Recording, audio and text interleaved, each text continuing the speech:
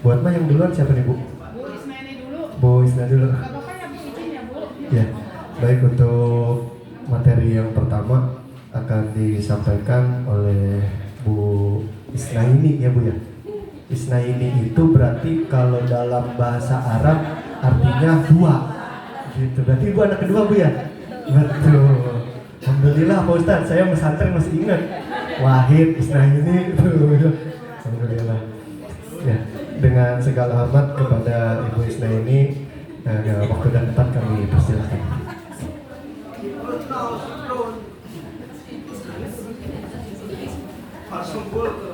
Bismillahirrahmanirrahim. Assalamualaikum warahmatullahi wabarakatuh. Terima kasih pada Bapak pengatur acara. Masya Allah, hari ini MC-nya beliau, Kepala Seksi Pemberdayaan Masyarakat Kecamatan Teluk Naga. Masya Allah. Oke, tepuk tangan buat Pak.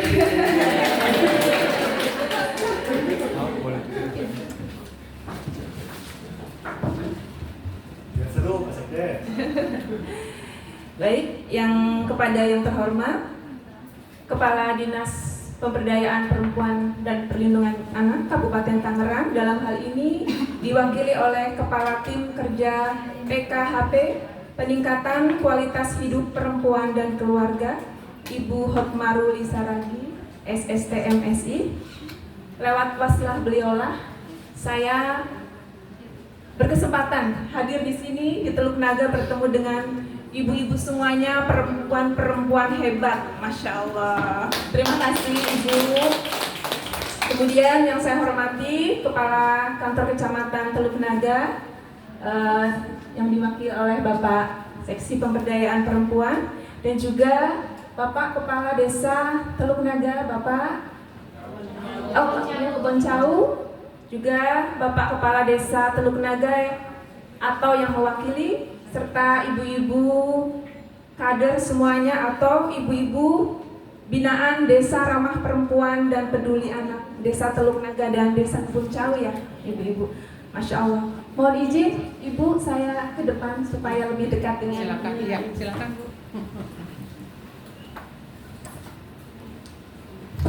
Halo. Hai. Halo. Halo. Nyontek Bapak. Baik, saya perhatikan ibu-ibu semuanya semangat tadi menyimak arahan dari Ibu Hotma. Ibu yang selama ini sudah mendampingi ya Ibu ya. Ternyata sudah berjalan lama ya Ibu ya ini pembinaan ini, Masya Allah. Mudah-mudahan harapan tadi dari Ibu Hotma untuk Kabupaten Tangerang menjadi juara akan terwujud. Amin amin ya rabbal alamin. Mohon izin, saya juga mudah-mudahan ini masih tetap semangat ya ibu-ibu sampai nanti di penghujung acara. Baik, karena saya tadi diperkenalkan sebagai pembawa materi, tapi mohon maaf nanti sekiranya banyak yang kekurangan, tapi mudah-mudahan nanti apa yang akan kami sampaikan memberikan manfaat untuk kita semua ya ibu-ibu. Baik. Saya mengenal seorang perempuan hebat yang mempunyai usaha ekonomi rumahan, merintis dari nol. Beliau merintis dari nol. Namun karena ketekunannya, keuletannya, kemudian inovasinya, dia juga aktif bergabung di UMKM desa maupun kecamatan. Sehingga alhamdulillah sampai sekarang usaha ekonomi rumahan yang beliau rintis sekarang berkembang maju pesat. Produknya menjadi produk unggulan UMKM desa dan kecamatan yang alhamdulillah selalu ditampilkan di setiap momen. Kemudian beliau juga sudah mempunyai rumah makan kecil-kecilan, tentunya sudah mempunyai karyawan untuk membantu. Nah, dari sini ekonomi rumahan terbukti dapat mengangkat ekonomi keluarga. Baik, inilah topik pembicaraan yang akan kita bahas pada siang hari ini. Perkenalkan, saya Isnaini. Selamat siang, selamat pagi ya, menjelang siang masih tetap semangat. Baik, boleh ke slide sebelumnya. Ada pepatah yang mengatakan, tak kenal maka tak sayang. Perkenalkan, izin ya Bu ya, saya memperkenalkan diri lebih lanjut supaya kita lebih mengenal. Nama saya Isnaini, saya lahir di Tegal, tanggal 8 September tahun 1975. Saya tinggal di perumahan Talaga Bestari, klaster RE, Desa Wanakerta, Kecamatan Sindang Jaya. Monggo Bapak Ibu, kalau sekiranya nanti berada di sekitar Talaga Bestari, kami persilakan untuk pinarak di kupu kami. Kemudian pekerjaan saya adalah seorang ibu rumah tangga. Saya juga seorang kader. Dan saya juga mempunyai usaha rumahan kecil-kecilan. Mungkin dari inilah nanti akan kami sharing ke ibu-ibu ya kepada kita semuanya. Baik. Pada kesempatan ini saya mengambil judul Pemberdayaan Perempuan melalui Ekonomi Rumahan Mendongkrak Ekonomi Keluarga. Ini tadi di awal sudah saya gambarkan bahwa terbukti dari ekonomi rumahan yang tadinya kecil, namun jika dikembangkan akan bisa berkembang dan dapat mendongkrak ekonomi keluarga. The power of perempuan. Nah, ini ibu-ibu sering mendengar istilah ini ya, bahkan apa? The power of emak-emak, ya.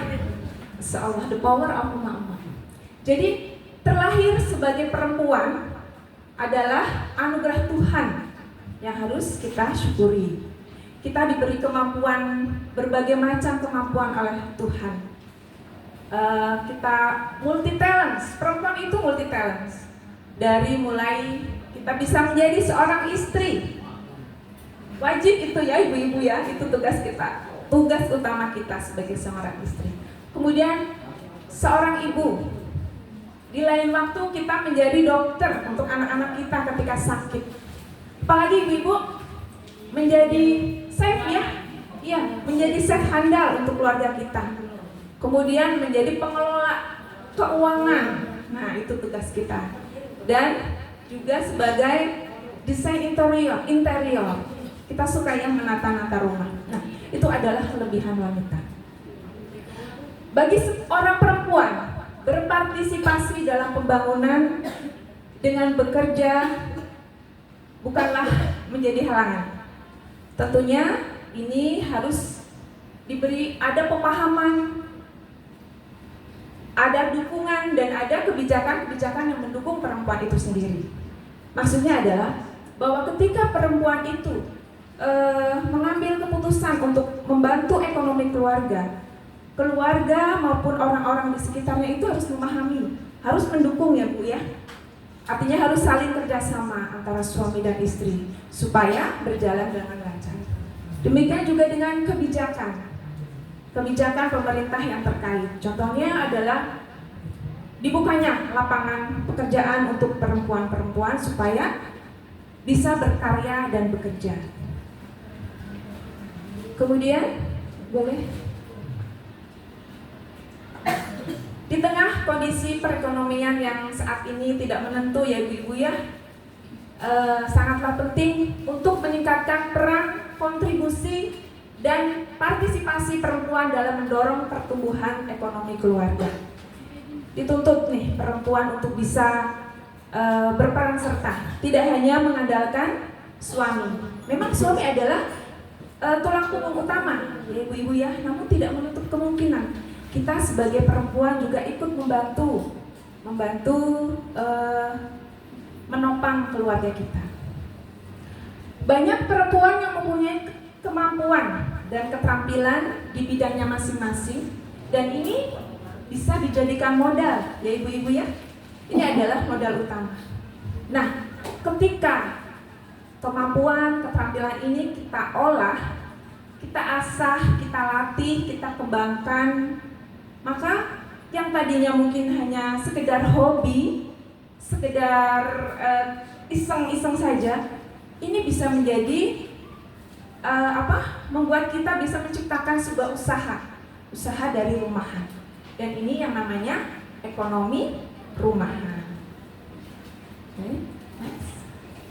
Nah, ini topik utama kita. Sebelum kita membahas lebih lanjut, tentunya kita harus sepaham dulu ya Bu ya. Apa sih itu ekonomi rumahan?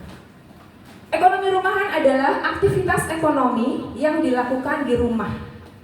Seringnya dilakukan oleh anggota keluarga dengan skala kecil, modal juga relatif kecil, dan menggunakan peralatan yang sederhana. Namanya juga rumahan ya ibu-ibu ya. Dimulai dari yang kecil-kecil. Nah, pengembangan industri rumahan terus menggeliat dan peran serta perempuan menjadi ujung tombaknya. Kita tentunya bisa melihat, saksikan di sekitar kita ya ibu, banyak sekali teman-teman kita yang perempuan-perempuan, ibu-ibu yang banyak membuat sesuatu, menjual sesuatu, entah itu makanan atau jasa dan sebagainya, itu menjamur. Dan memang perempuan itu menjadi ujung tombaknya. Kemudian apa sih potensi dari ekonomi rumahan ini? Ekonomi rumahan ini mempunyai potensi menjanjikan, terutama bagi mereka yang mempunyai keterampilan tertentu dan ingin memiliki fleksibilitas dalam bekerja. Jadi tidak semua perempuan bisa bekerja sebagai wanita karir ya ibu-ibu ya di rumah, di luar, atau pegawai negeri sipil gitu.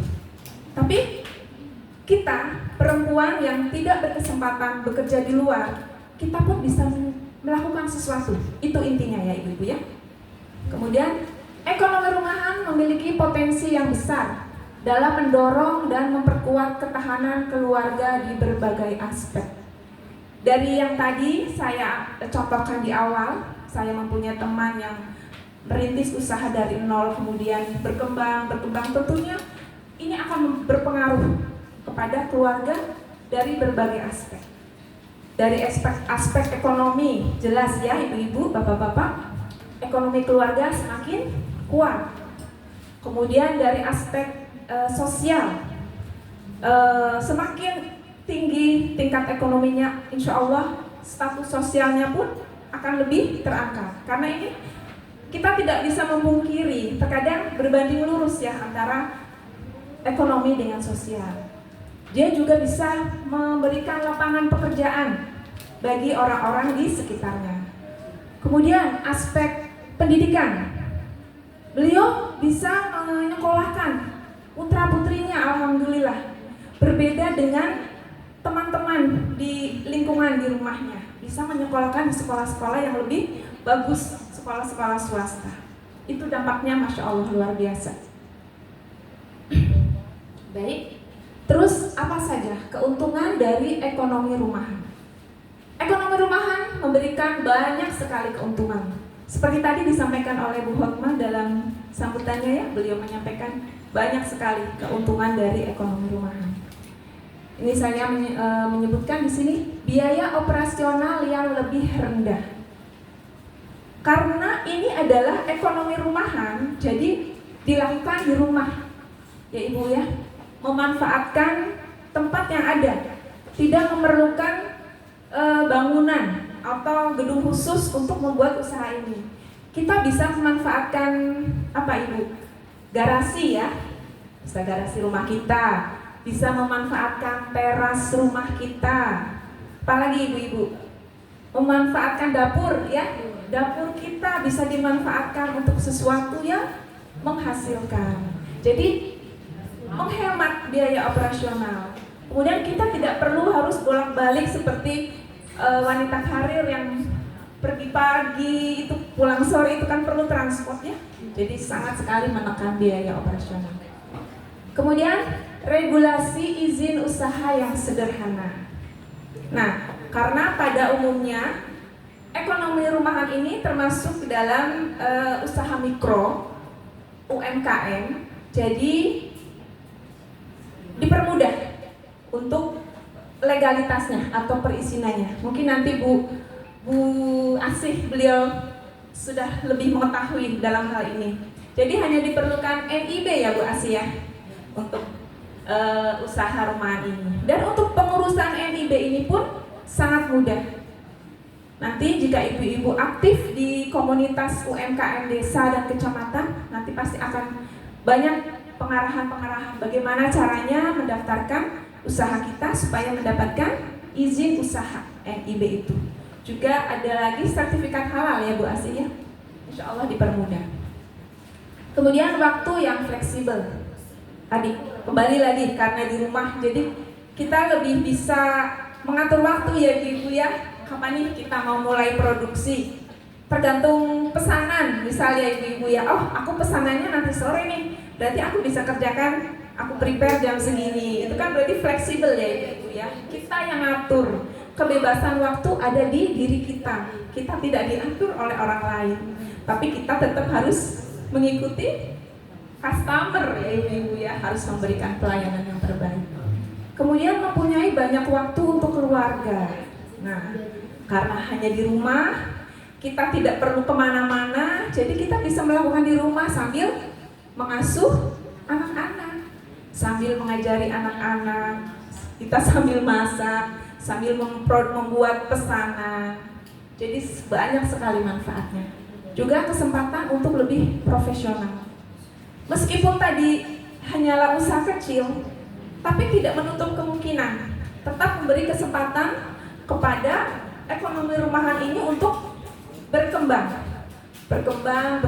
bahkan tidak menutup kemungkinan tidak hanya melayani tetangga atau sekitar kita, tapi bisa di luar kota. Karena pemasaran juga sekarang dengan medsos ya ibu-ibu ya, sudah bisa dikenal di mana-mana. Betul, online. Ibu-ibu pasti sudah hafal dengan online. Nah, tadi di atas saya paparkan yang ada potensi, manfaatnya. Nah, di sini tantangan. Segala sesuatu pasti ada tantangannya ya ibu-ibu. Tapi justru disinilah bagaimana caranya kita bisa menaklukkan tantangan itu. Ya ibu-ibu ya.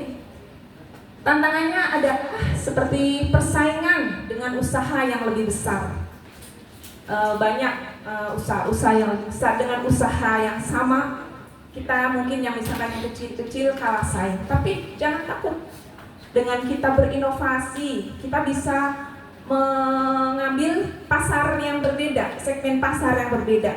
Misalkan perusahaan yang sudah berjalan besar itu segmen pasarnya kelas atas katakanlah, kita bisa mengambil sedikit-sedikit untuk yang harga minimalis, tapi tetap kualitas tetap bagus gitu. Kemudian kesulitan dalam pemasaran produk. Nah, ini juga kadang-kadang menjadi kendala. Betul ya ibu-ibu ya?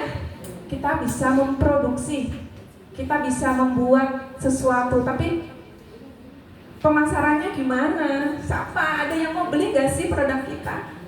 Tapi jangan khawatir ibu-ibu, dengan keyakinan insya Allah bisa.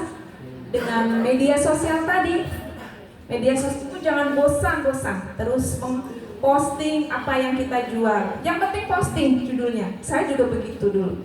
Yang penting saya posting. Pasti yakin, pasti ada yang nyantol. Ya ibu-ibu kita yakin seperti itu. Kemudian kesulitan dalam pengelolaan keuangan. Nah ini juga menjadi tantangan. Karena masih skala rumahan, terkadang keuangan bisnis dengan keuangan rumah tangga itu masih menyatu, nyampur, betul. Saya juga mengalami ibu seperti itu. Jadi kadang-kadang, wah ini uang modal aku kepake nih buat kebutuhan pribadi. Ketika kita mau belanja, wah gak ada. Jadi harus mulai dipisahkan ya ibu-ibu, supaya kita bisa mengetahui, oh keuntungan kita ini. Ketika kita ada order mendadak, misalkan butuh modal, masih ada, tidak kepake untuk kebutuhan rumah tangga lainnya. Baik, next. Masih semangat ya Bapak Ibu? Siap. Halo. Hai. Hai. Halo. Masih semangat. Baik, ini adalah jenis usaha. Apa saja jenis usaha di ekonomi rumahan? Saya kelompokkan menjadi 3, yaitu produksi barang. Yang kita membuat barang. Contohnya adalah makanan, kita jual makanan. Kemudian konveksi pakaian, membuat pakaian, misalkan pakaian anak-anak, baju terus dijual. Kemudian mebel, peralatan rumah tangga. Terus kerajinan tangan, itu berupa barang ya ibu-ibu. Kemudian penyediaan jasa seperti jasa menjahit baju, menjual jasa, jasa potong rambut, itu juga termasuk. Kebanyakan pria ya, tapi ibu-ibu juga banyak juga yang bisa jasa potong rambut. Atau bapak gimana, biasa dipotong rambut siapa? Dipotong rambut ibunya, istrinya, atau pangkas ya? Iya.